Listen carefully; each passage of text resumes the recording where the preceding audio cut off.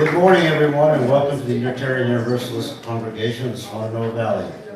My name is Fletcher Walsh, and I'm a member of the Board of Trustees. Let's take a moment to shut down those pesky digital noisemakers, please. Today is a very special day. Not only do we celebrate our annual homecoming event, but with equal enthusiasm and a round of applause, let's welcome back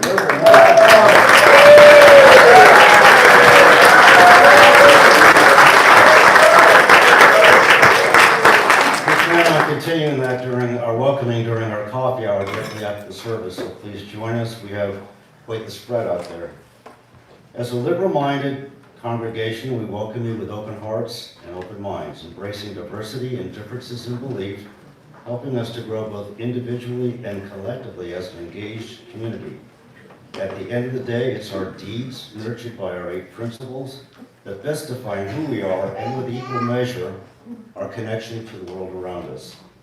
If you're new to UU, we invite you to take a look at our mission statement along with our 8 principles printed within the order of your service. We'd like to recognize our first and second time visitors. Those of you who have not been here in a while, stand if you're comfortable in doing so. Introduce yourself and tell us where you're from. Can we start over here? Go ahead. I'm Val Johnson. I'm just visiting for the music festival and visiting my old friend Sue Stone, originally from the coast in North Carolina. Kind of a nomadic life now, traveling in an RV.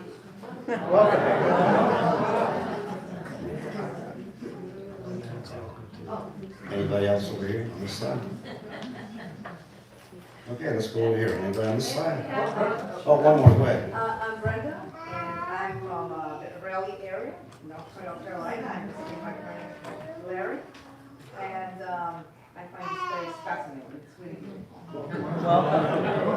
Welcome. Okay, this side. Okay. Well, thank you all for coming today. We'd love to get to know you a whole lot better, so if your schedules permit, please join us for our coffee hour directly after the service. And folks from our membership committee, identified with orange name tags, will be there to answer any questions that you might have. Michelle's back there, she's chair.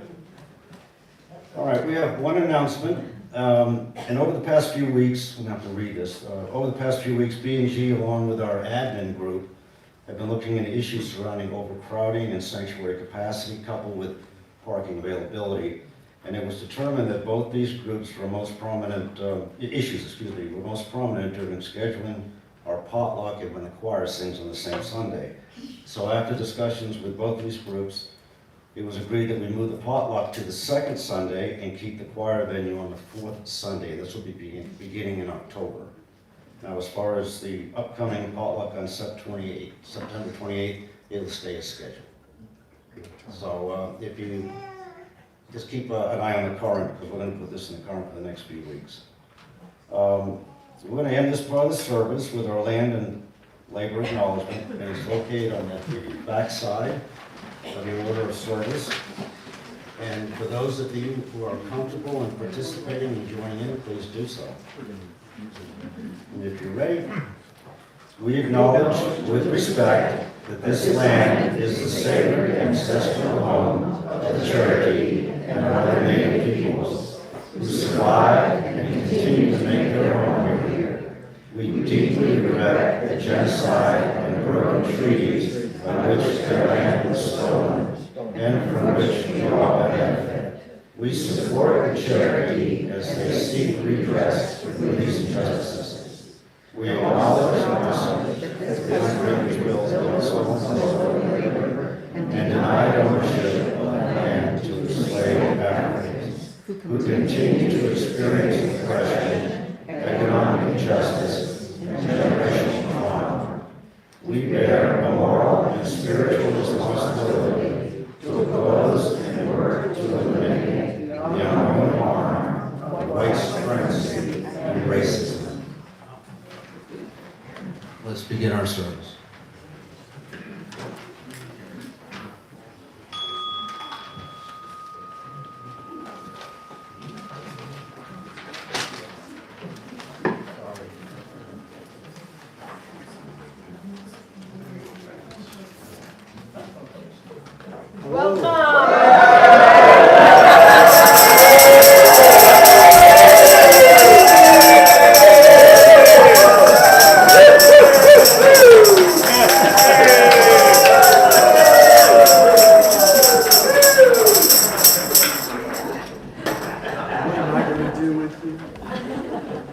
I want to say a few things before we start, and I'll get you out of here so we can watch football later and have that. You know, I got up this morning, which is always a good start, and you know, I just realized, you know, I count my blessings, and I just want you to know how happy and privileged I feel to be your minister. And you know, absence makes you think about these things, and I just can't thank you enough. You know, you're my first and really only congregation. I mean, I've worked for other ministers, but it's been you and I through ups and downs, but that is life. And I got up this morning, I was nervous. You know, Dawn's out of town with work, and I spent most of the time in, but again, it's just been wonderful. I thank you for the sabbatical. I'm renewed, I'm recharged, I have a vision as we move forward, and I will be sharing that with you. And I just needed to tell you that when other churches, UU churches, you know, during the summer, they decreased, you guys kept it going. I gotta thank you for being here, and for the church leadership who just kept this going. And I don't know what else to say, but we are very fortunate together.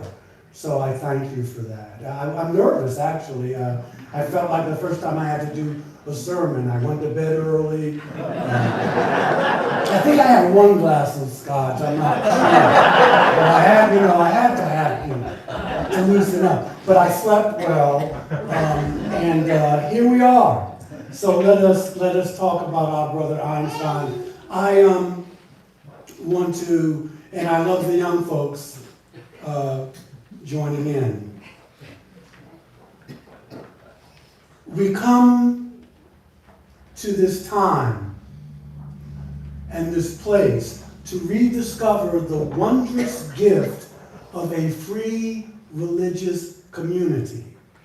In case you haven't noticed, times changed a little bit. And so, but we you know, we'll be okay. But we have a free religious community here to renew our faith in the holiness, the goodness, and the beauty of life. We can never forget that. We can never forget that. To reaffirm the way of the open mind and the full heart, to rekindle the flame of memory and hope, and to redeem and reclaim the vision of an earth made fair with all of her people one, so we can be what Howard Thurman calls friendly folk on a friendly earth under a friendly sky. And so, with that said, we have a treat. Our RE director, Susan Hicks, has a story for all ages. Thank you.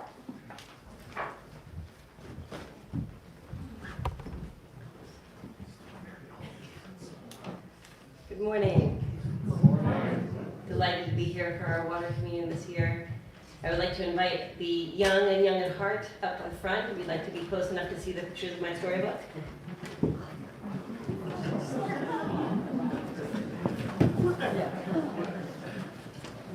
This morning, I'm reading a story called I'll Be the Water, a story of a grandparent's love. Some people celebrated Grandparents' Day earlier this month.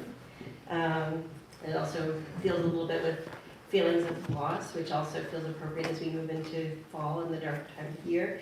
And I will try to get through this book without crying, but those of you who've been here a while know that I am a softie, so that's how it is, folks. The author is Alec Aspinwall, and the illustrations are by Nicole Wong.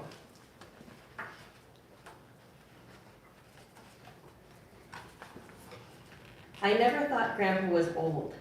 He wasn't just my grandfather. He was one of my best friends. We liked the same things, like peanut butter and banana sandwiches, and digging in the dirt, and going fishing on hot summer days.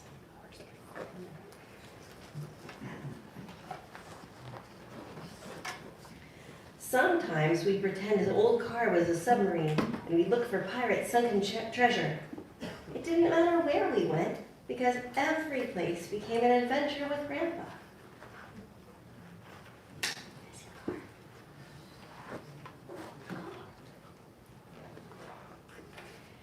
Grandpa knew a lot about everything. I couldn't be with him very long without learning something. He would start a math lesson with a pocket full of change, or turn over a rock and teach me about science.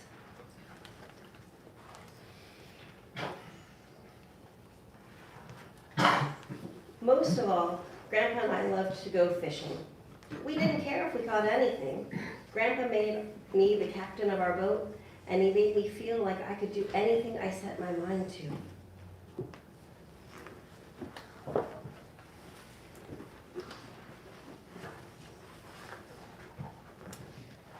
But one day, I noticed that Grandpa really was old, actually. I saw his wrinkles for the first time, like his skin had grown too big for his face. And then I saw that Grandpa's hands shook when he put a worm on my fish hook. And he got up a little slower after we'd been digging in his garden.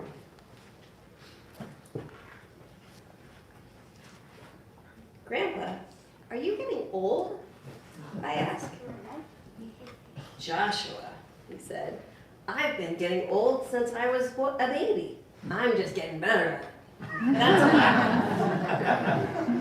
And we laughed and offered a toast with our ice creams. And then Grandpa went to the hospital. He said it was just for tests, but I felt scared. Grandpa, I said, I wish you weren't so good at getting old. He smiled and said, well, I've always been an overachiever.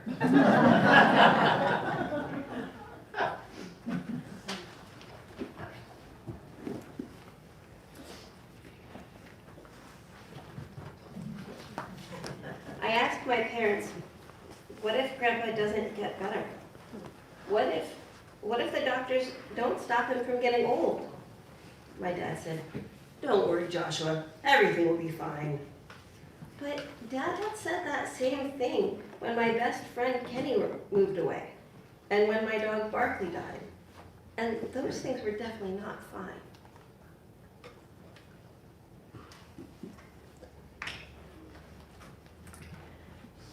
Grandpa finally got out of the hospital, and soon we were back at the lake.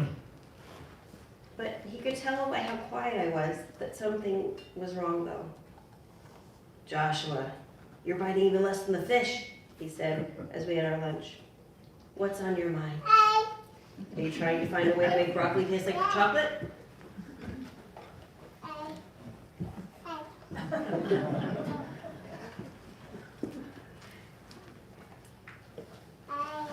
I never could keep a secret from him, so I said, "Are you afraid of dying, Grandpa?"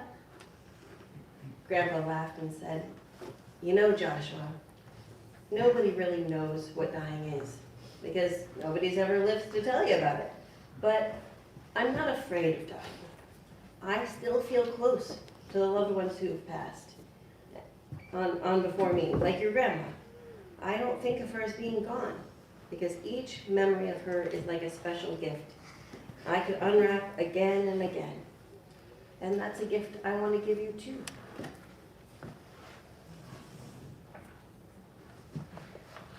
"You know," he said, "I was about your age when my daddy died in a train accident. I remember crying enough tears to fill 2 oceans in a bathtub."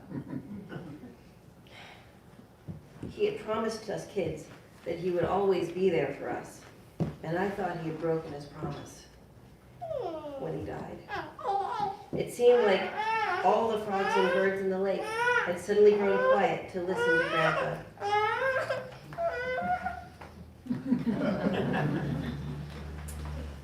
But it turned out that he kept his promise after all. I just had to learn to look for him with my heart instead of with my eyes. "Think of it this way," he said. "Today, you and I are like 2 fish swimming together in the lake. When I die, things will be different. I won't be a fish anymore, but I'll become something better," he said. "I'll be the water. You might not think I'm with you, but we'll always be close, closer than ever before, because you'll be surrounded by my love. I'll be there wherever you go, whatever you do, by your side." I thought about the fish and the water beneath our boat, and about Grandpa and me, and then I began to understand. "Will you be there if I get in trouble at school?" I asked. "I'll be there," he said. "What if I have to go up on stage and play a piano sonata in front of everyone?"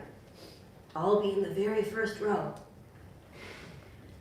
"Can you help me with my math tests?" Grandpa laughed. "Well, I've never been much for math, Joshua, but, well, we'll give it a try." And we laughed a lot that afternoon.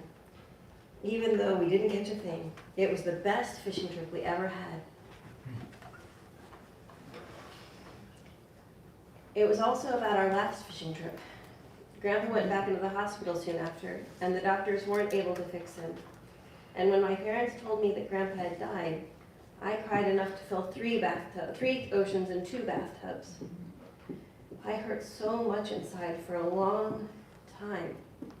But then I began to see with my heart instead of my eyes.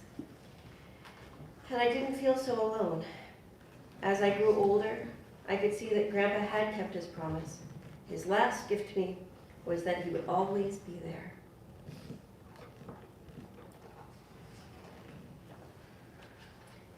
And now when my daughter and I go fishing,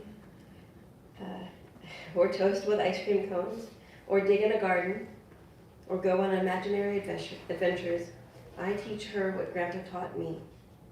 She knows that we never have to feel alone, because we are always surrounded by a love that lasts forever.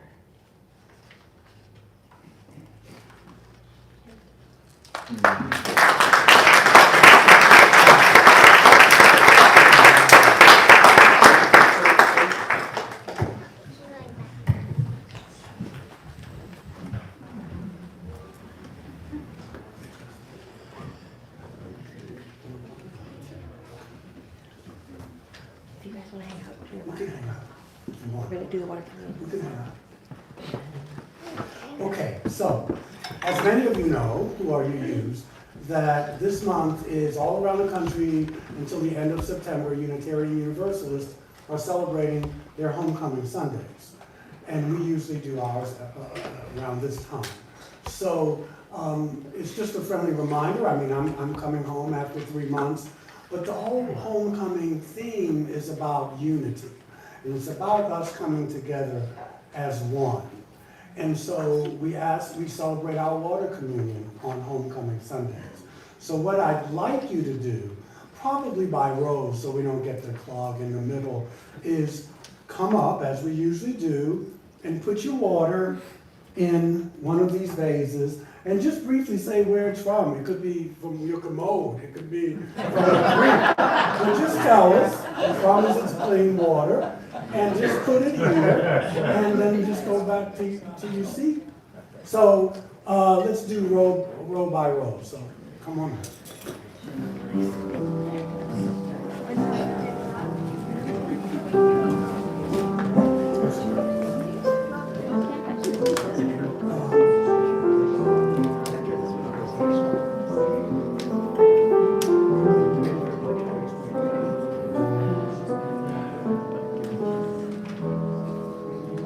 This water is from the Tuckasegee River. We went rafting with our friends Mark and Leah.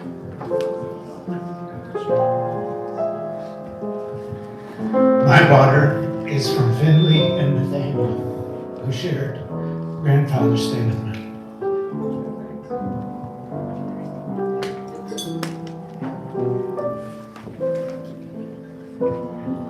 My water is from the Zambezi River and the ocean at Oak Island.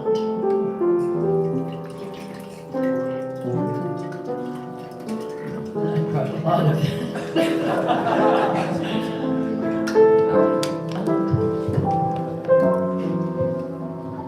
This water is from my hometown of Rochester, New York, Nick, Ontario. And this is COVID water that was handed out last year from everywhere. What? Yeah, I mean Helene water, sorry. We're on a crisis, there's one every day, you never know. I also went to an exotic place. This water is from Lake Tahoe. And I collected it in a pill bottle just because that's what I had. But then I got to thinking, water is medicine. It's from the delicious Black Mountain tap water.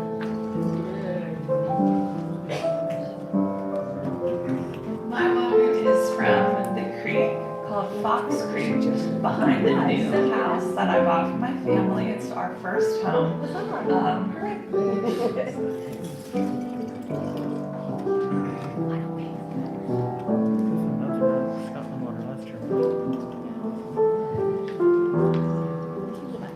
My water is from Flat Creek, which is right across the street from us. It reminds me that it's beautiful, but it can also be very powerful.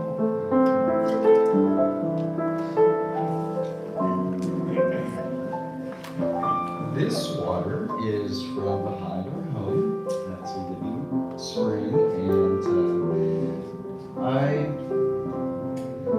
bathe in it daily. I had this.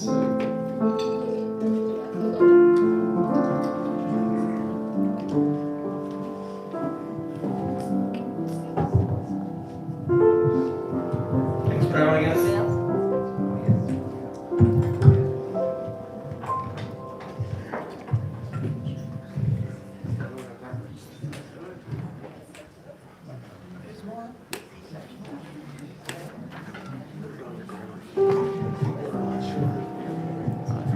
Bring it down to the bottom. I thought I'd stand up. This is clean kitchen water.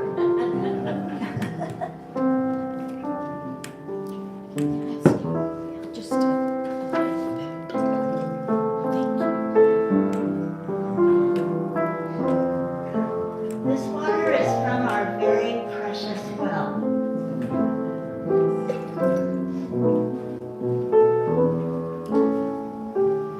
This water is from our tap at home, which we'll never take for granted again.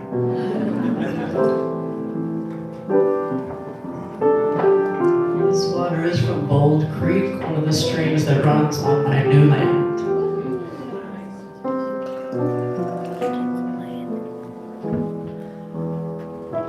This water is from my tap water in honor of the creek flowing behind my house, which did not reach it. Thank you. This water is from the well on my property, and I am grateful that I have running water every day.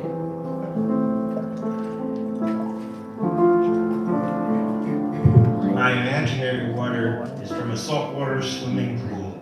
I was able to swim a lap there Friday 7 weeks ago. I flailed away, would have drowned if it wasn't for we got deep.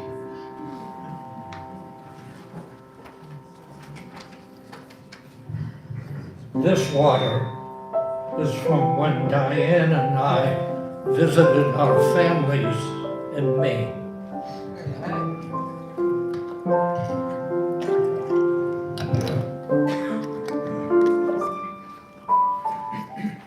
This water is from my kitchen sink and went through my beloved water filter.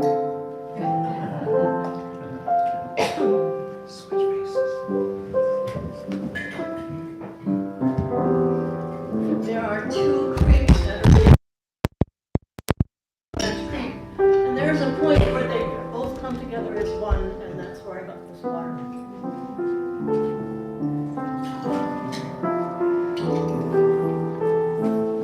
This water is from the Chattanooga River outside of Roswell, Georgia, outside of Atlanta, where our oldest son, John Andrew, and his beautiful Luani got married last weekend.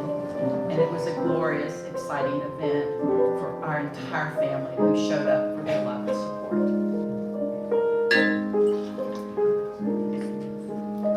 This water is from my pond on my property, and like many of you, it took out my road during the storm, but it also provided my entire neighborhood with water for weeks after the storm. So, yeah, good news and bad news.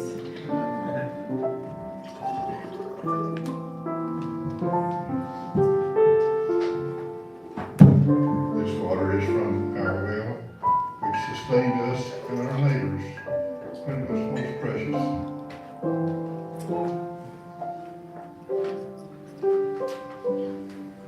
This water was collected last year during Halloween.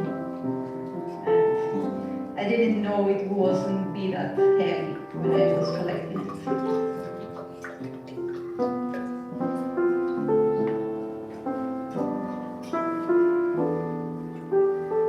This water is from our bird bath, which is in our pollinator garden and feeds our hummingbirds and our birds and our butterflies and our bees.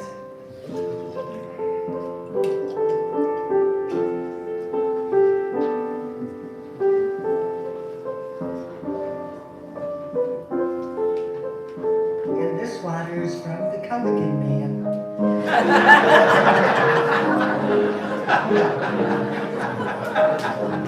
This is from the Culligan man who became our new best friend after the storm.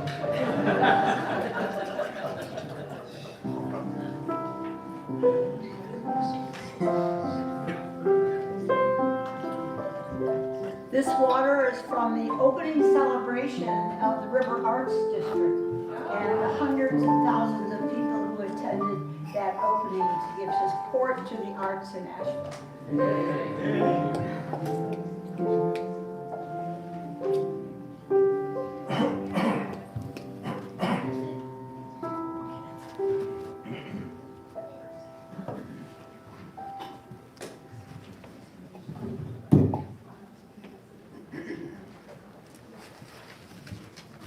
I want to share with you this,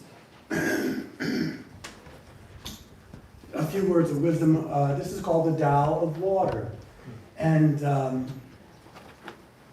it just forces us to remember that water is life. Wherever, I mean, we can agree on that, where there is water, there is life.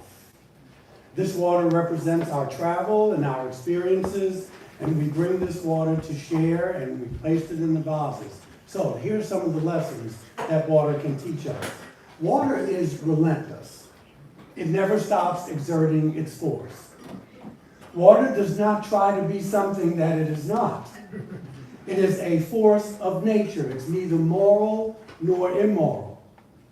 But when water is restricted, water seeks the weakest spot of any obstruction and applies constant force until it's free. Water is not passive, but it can be. When water is obstructed, it changes and repositions itself.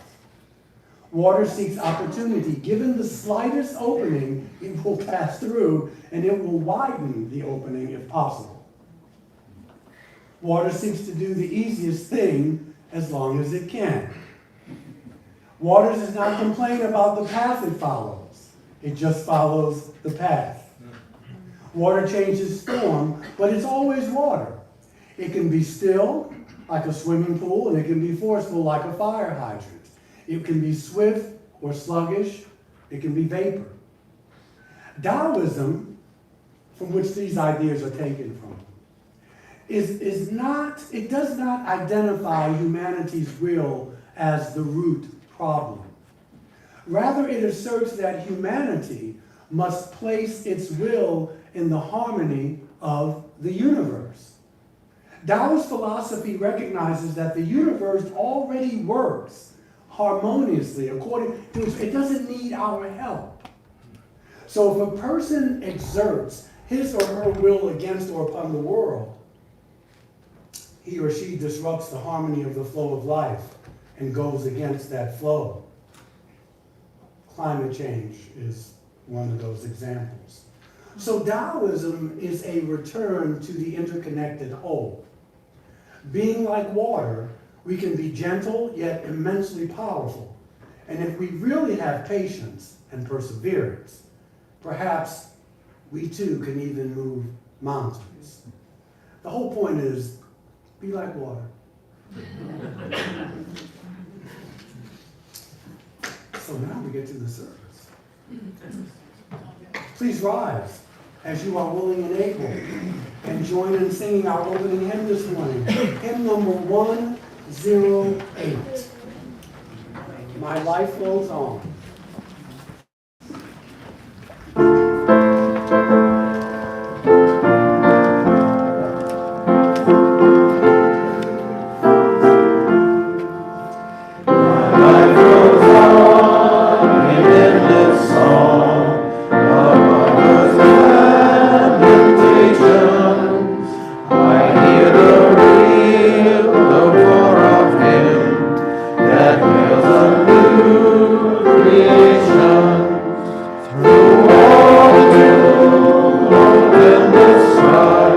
I hear the news.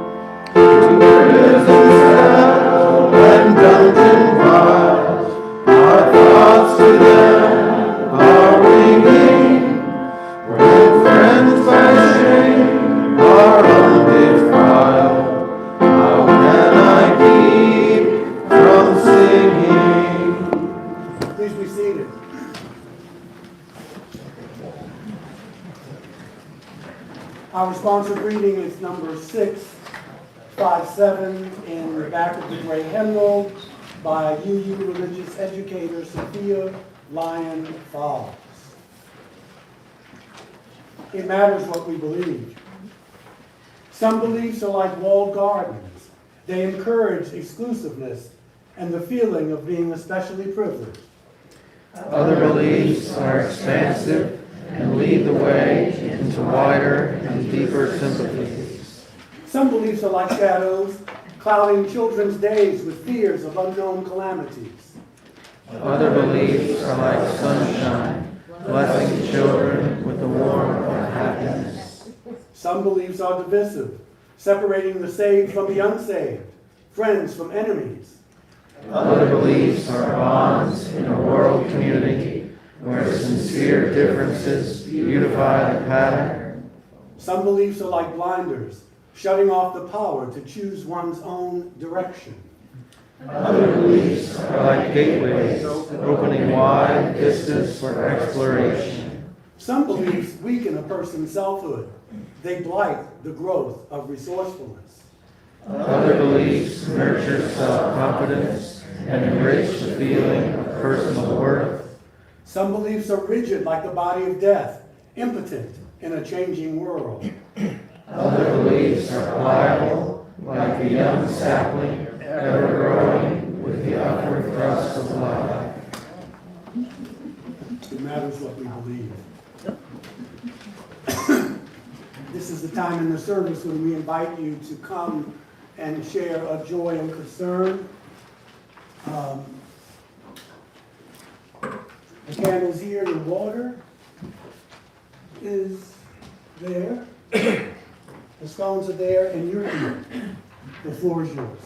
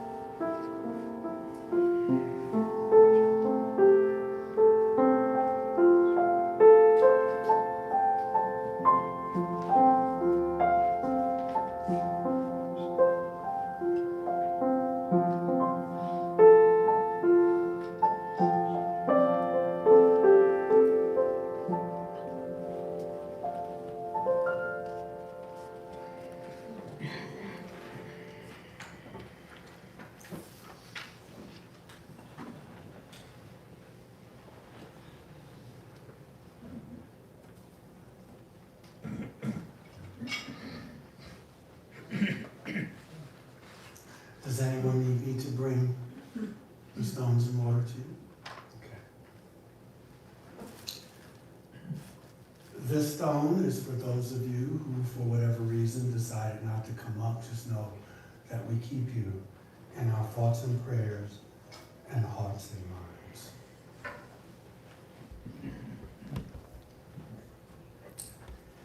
Okay. I gotta tell you, it's really good to be back. Now I feel like I got a rhythm.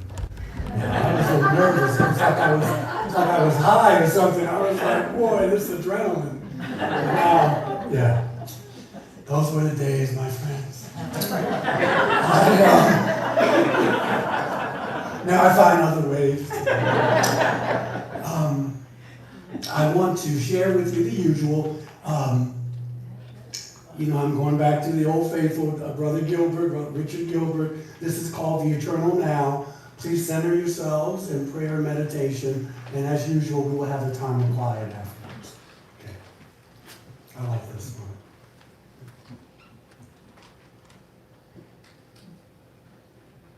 This is a sacred time. This moment poised between past and future,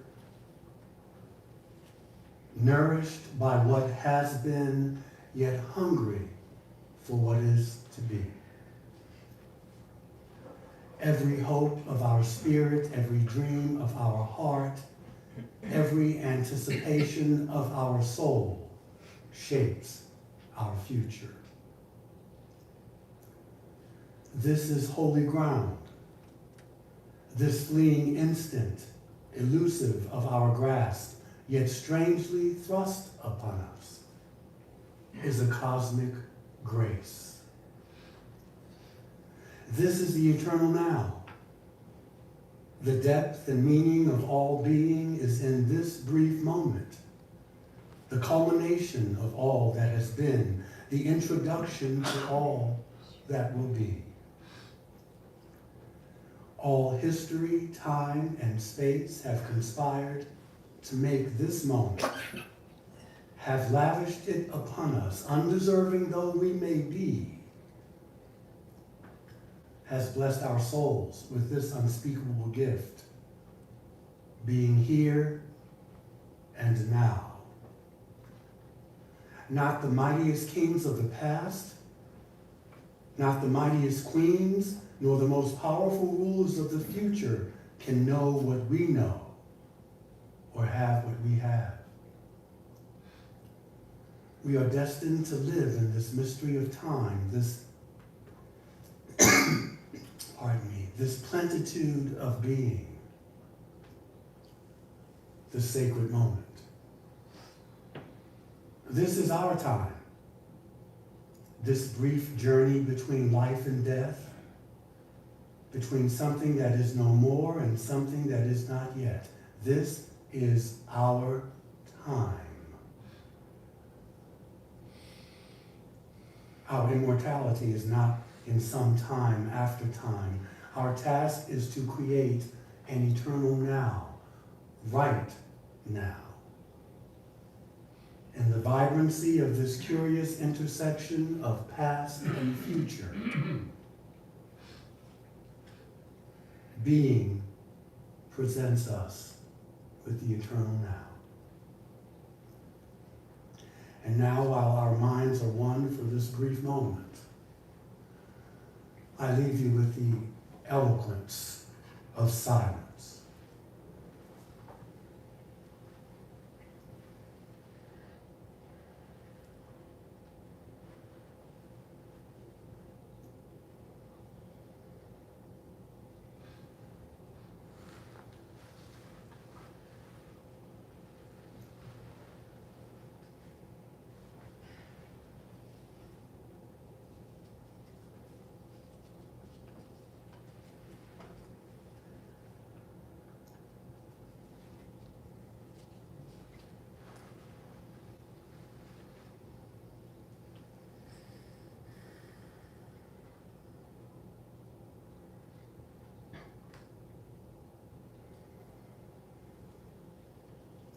And so it is.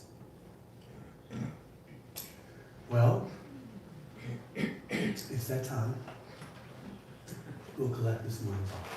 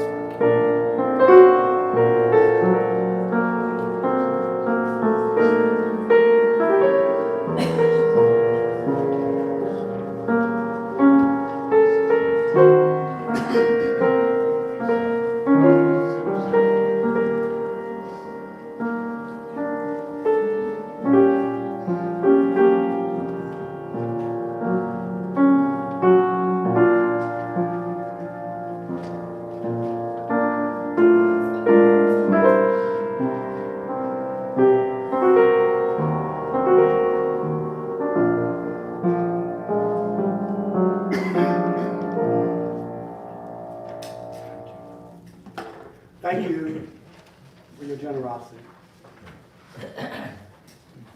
Okay, let's talk about Brother Einstein. Okay, so there is a book that David Wells had recommended to me, Brother Wally, someone else. It's called I Am Part of Infinity. It's pretty brand new.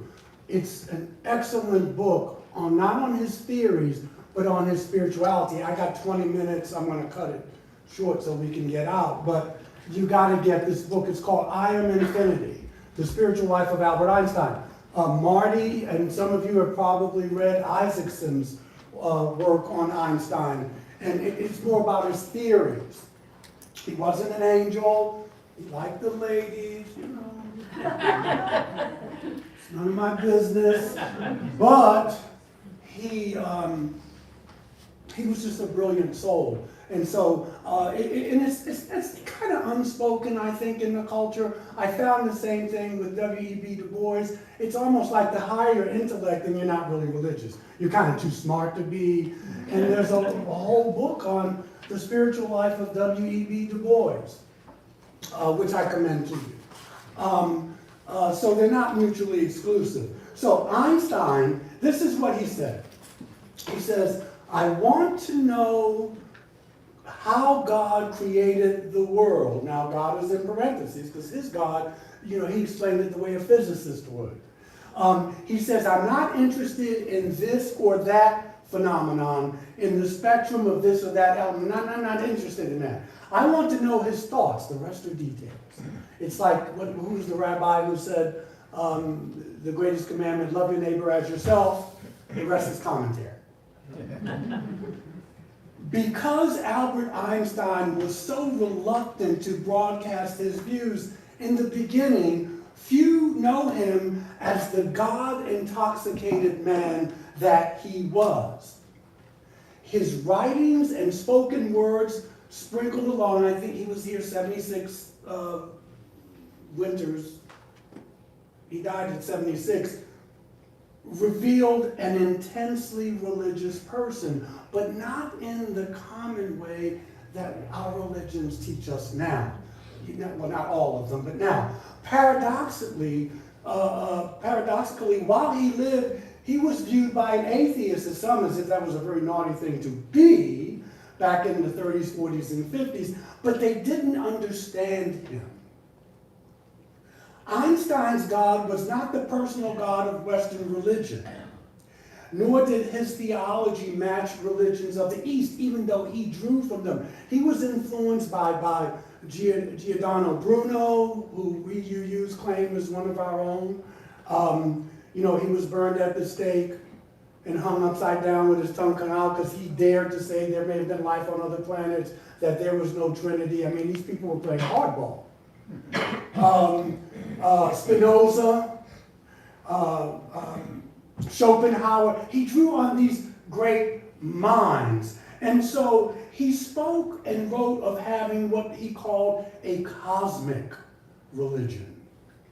Beliefs that he claimed were difficult to describe to anyone who kind of just wasn't open to them. And so central to this religiosity, in his words, quote, a rapturous amazement at the harmony of natural law and life, which reveals an intelligence of such superiority that compared with it, all the systematic thinking and acting of human beings is an utterly insignificant reflection. An intelligence that he saw in the universe. He did not believe in a personal God.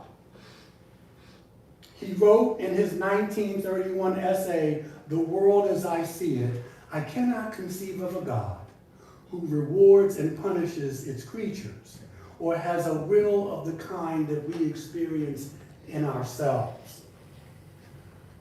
I think that Einstein had some mysticism in him, but mystery, which we talk about as Unitarian Universalists, being comfortable with mystery, being comfortable with not knowing. What is so aggravating about our more Orthodox brothers and sisters is that they have God on speed dial.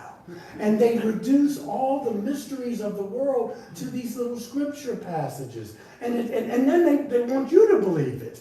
And so, they're so certain. Even the Lakota, what is it, the Wankatonkan, they call the Great Spirit the Great Mystery. The finite can never, ever comprehend the infinite. And Einstein knew this, that there was knowledge of things, there's some knowledge we could not attain to. And so, knowledge of something we can't penetrate, our perceptions of the profoundest reason, primitive forms to our minds, in this knowledge, and as much as we can be as human beings, this was true religiosity. Notice there's a humbleness in that. There's that I don't know everything. And in this sense, in this sense alone, he says, I am a deeply religious man. He spent much of his early years as a non-practicing Jew in Munich. He was aware of his heritage, yet in a family so assimilated and devoted to practicality, he spent 5 years in a Catholic elementary school. In his own autobiographical notes, he described having attained a deep religiosity by age 12. Having studied violin since age 6, he was quite the violin player. He loved music. He was also struck by these chords of musical influence. Ronald Clark, another one of Einstein's biographers, speculated on where did he get this religious feeling from? But he was always sensitive to beauty, and no matter what form that took. And so obviously, the Bavarian Catholicism that he was surrounded with touched him in those early days. His scientific career started at age 5. At age 5, when his father showed him a pocket compass, and Einstein, he remembered, I'm trying to figure out what invisible force could make the needle always point in the same direction. He went on to unify electromagnetism and mechanics within a consistent framework, but by 1905, pardon me, it's dry, Einstein had published his theory of special relativity that would soon catapult him into our lives. The breathtaking imagination of his 1916 general theory of relativity, he described gravity's origin in the curvature of space and time by matter. And that put him on the Mount Olympus of science. And he spent the rest of his life in a failed attempt to unify other known forces of nature with gravity. But we're coming close to that today with quantum physics. He passed the torch. The revelation of his theories no doubt strengthened his belief in the importance of the natural order, of the natural world. He made statements like the one I read to you. I want to know God's thoughts. I want to know how this was created. But Einstein's God was the multiverse. Einstein's God was the universe itself, not some grand engineer, not some puppeteer who was throwing lightning bolts at me if I didn't do this or I didn't do that. He was misunderstood by religionists of varied persuasions because they lacked the scientific understanding. And they couldn't see the flaws in the Newtonian physics. They couldn't see that. They couldn't see that atoms were not really just hard little balls of light, or that space was void. They didn't see that then. And so physics had grown beyond this rank materialism, and it embraced a quantum world that was alive with energy. Everything is energy, and we are part of that. Now that would get you killed 500 years ago, and who knows, it may come back. But this is what he was saying. He saw past the illusions that we couldn't see. The illusion of separation. The illusion that I'm different from you because of my hair or lack thereof, or my skin color, or the shape of my lips, or whatever. He said that was BS. And we're going to kill ourselves if we keep believing in this. He did not believe that science would ever know all we could ever know about the world. He said, we shall know a little bit more now than later, but the real nature of things we shall never know. Never. You ever heard scientists say that before? Yet he believed the quest was still worthwhile. He thought that God was subtle and not malicious. And by this he meant that the universe would not give up her secrets easily, but she wouldn't tease you. She wouldn't mock you. He saw that the universe was not pure chaos, but that it was regulated, that there is an intelligence. He says, science without religion is lame, and religion without science is blind. He said, here lies the weak point for professional atheists and materialists who are feeling happy through the consciousness of having successfully made the world not only God-free, but now you've made it wonder-free. The nice thing is that we don't have to be content with wonder. And he felt that there were no final answers that science could give us. None. He moved to the United States before the nightmare in Europe, thank goodness, happened. He came to the New York Times Magazine on November 9th, featured an article by him called Religions and Science, and he talked about this cosmic religion. A Catholic professor of theology, philosophy of religion, his name was John Fulton Sheen, he said it was stupidity and nonsense. But, it's not necessary for eagles to become crows, so I'm sure he just kind of ignored that. But he says science can only ascertain what is, not what should be. He did not think that reason alone could generate moral imperatives. So we ask, well, okay, Brother Einstein, then where do these moral codes come from? And he admitted they come into being through revelation and through powerful personalities. Now, for some that may be Jesus, it may be Lao Tzu, but he says they come through powerful personalities. Einstein's God was revealed in the law of physics, but he believed that ethical principles came from the sages of religion. So he's forming a hybrid kind of theology here. And the paradox, now there's paradox in his life. For instance, he was a pacifist. He was he really believed in nonviolence, and he despised militarism and military adventurism. But he worked on the atomic bomb.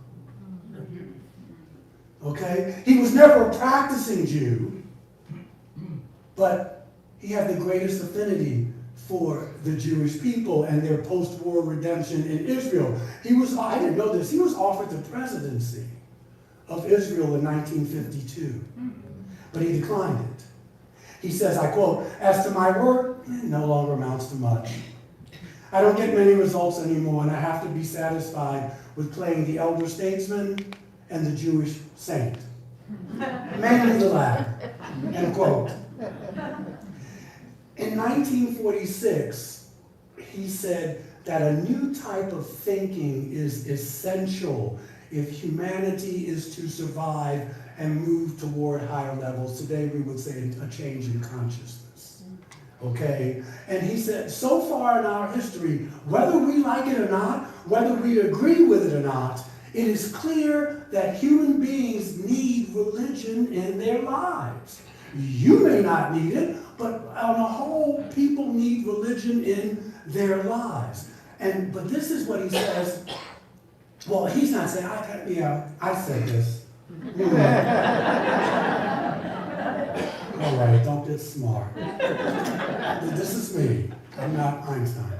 But to me, that includes the communist regimes of the 20th century, because they didn't have religion, but the state became the religion. Almost not now. The state, Dr. Cornel West calls the Christianity of our Roman Empire, if you will, but he calls it Constantinian Christianity. It's not the Christianity of the way that started, some 40 to 80 years after Jesus was killed. And so the society, the religion of the society becomes the state. Where, or as with atheism, intellectualism or humanism can sometimes take the place of God. And so and you've heard me say, if you want to know what you believe in, just tally up at the end of the year what you gave most of your time to. That's your God. That's your God. These exceptions prove the rule in totalitarian governments, they know that people need to believe in something, so they harness that energy in the service of the state. You see how religious movements become political movements and vice versa? If you don't see it now, you'll see it in a couple months. It appears that there is a deep and unconscious instinct in humanity that's in us. We're hardwired for it, to recognize a source, a common source for all of it, yet it can be perverted. The religions have been the source of so much misery and conflict, and not for everybody. I mean, people find comfort in religion, if it's a healthy religion like ours. But it can be distorted into something dangerous and destructive. For thousands of years, the religions of the West and their social, political, economic order of their societies have been connected. You cannot question anything. You cannot question the hows or whys of religion. If you do, it is heresy. You cannot question the marriage of politics and economics and religion. That's a heresy. It can get you in a lot of trouble, back then and even now. And that's where it becomes dangerous. Einstein understood that this egocentric, materialistic, and dualistic view lack the compassionate identification with nature that we need on the planet. He was talking about that even back then. And this abusive relationship with nature, he knew that we would lose the battle. It appears that American society, like communism, placed an economic and political system as God. It's right there on the money, in God we trust. It's right there. And so, when Einstein calls upon us to realize the need for a new type of thinking, so we can move to a higher level of consciousness, don't you think he's asking us to revisit what we think about God? And, you know, the unexamined faith is not worth having. The unexamined life is not worth living, and the unexamined faith is not worth having. And so where are we headed? He saw this. We probably really saw it after the bomb blew up, and he had something to do with that, he and Brother Oppenheimer. But he saw the terrible consequences of it. And he says this, in 1950, a human being, listen to this, is a part of the whole, called by us the universe. It's limited in time and space. The human being experiences him or herself, his thoughts and feelings, as something separate from the rest. And of course, in Miracles of God, this is your ego. I'm separate. I'm special. Even if I'm a mess, I'm special. And he says this is a kind of optical delusion of consciousness. We're walking around deluded. Right? Come Tuesday, Larry and I tell you more about it. 1 to 2:15. Well, he's retired, but I will take it.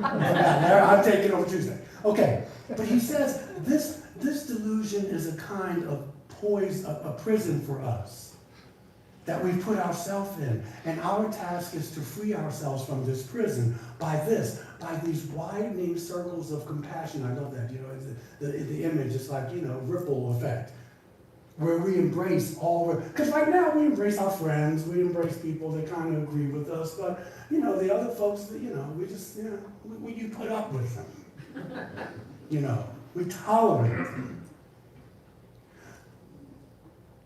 To my mind, let's just wrap it up. I love his concept of God and religion. He was visionary. He knew that there would be a breakdown of social and political life if we kept heading where atomic war, all of the above. Maybe a big rock will hit us, you know, from space. But he was visionary enough that he could intuit the intelligence in the universe. And he saw that back in the 20th century, and now we're seeing it in the 21st century. So his legacy is not just how big his brain was, but it's his spirituality. His life ebbed and evaporated in a hospital bed in the early morning hours of April 18, 1955. So he had 76 springs, which at that time was a long time. He was a victim of, at that time, an inoperable aortic aneurysm. His corporeal atoms were seared into the fires of cremation and were scattered just like he wanted them. He didn't want any monuments to him. Yet his curious and lonely human spirit, if we can call it that, lives on in the world. I mean, we're talking about him today. So I thank God for Albert Einstein, but we have to remember that much cosmic business remains unfinished.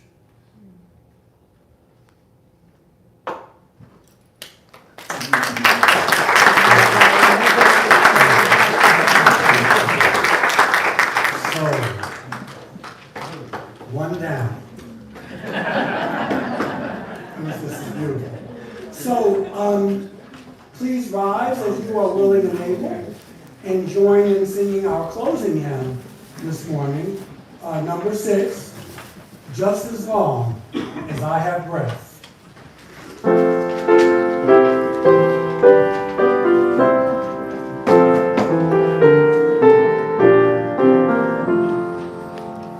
Just as long as I have breath, I must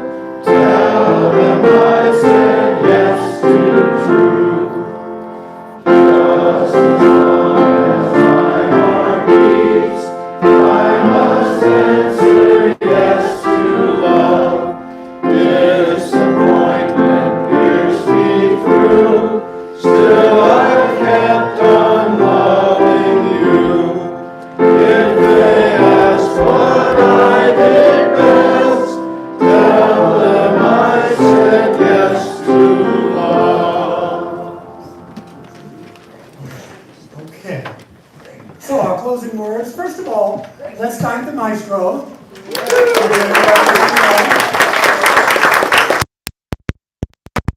Making sure we live in immortality. All right, closing words. If here, or at least this morning, if you have found freedom, take it with you into the world. If you have found comfort, you know what to do. You go and you share it with other people. If you have dreamed dreams, help one another, that theirs become true. And finally, if you have known love, give some back to a bruised and hurting world. Go in peace. Thank you.